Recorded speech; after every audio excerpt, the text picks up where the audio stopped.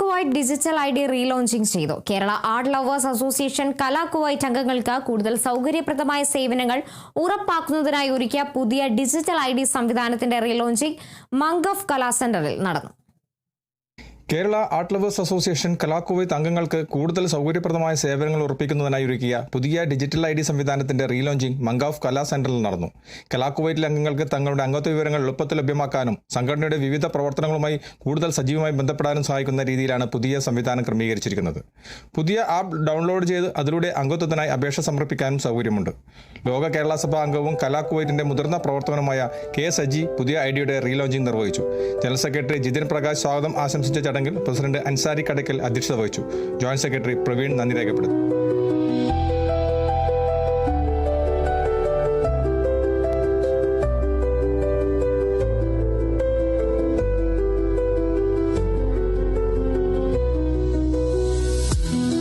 കുവൈത്തിൽ നിന്നും കേരള വിഷന് വേണ്ടി IV സുനേഷ് വെങ്ങര.